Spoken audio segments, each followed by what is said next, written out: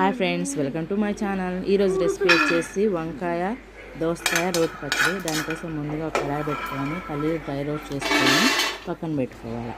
ఇప్పుడు అదే కడాయిలో కొంచెం ఆయిల్ వేసుకొని కొన్ని పచ్చిమిర్చి వేసుకొని మంచిగా ఫ్రై చేసుకొని పక్కన పెట్టుకోవాలి.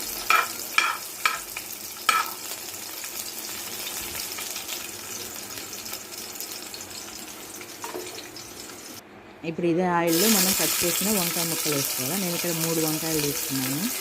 వంకాయ ముక్కలు కూడా మంచిగా ఫ్రై చేసుకొని పక్కన పెట్టుకోవాలి.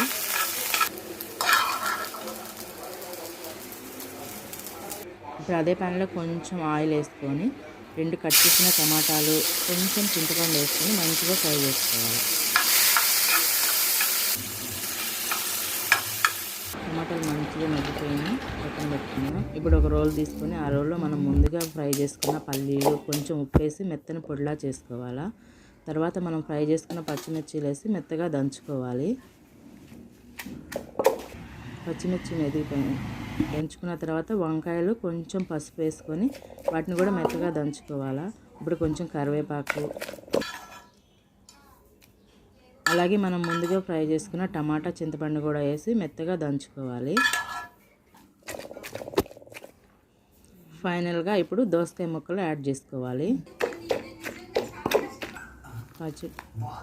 ఇప్పుడు కొన్ని పల్లీలు, కొంచెం జీలకర్ర వేసుకొని దంచుకోవాలి. ఫైనల్గా కొంచెం కొత్తిమీర వేసుకొని దంచుకోవాలి.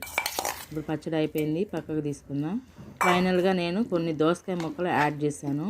టేస్ట్ ఎలా ఉందో ఇప్పుడు మా పాప టేస్ట్ చేస్తుంది. Okay, like and subscribe.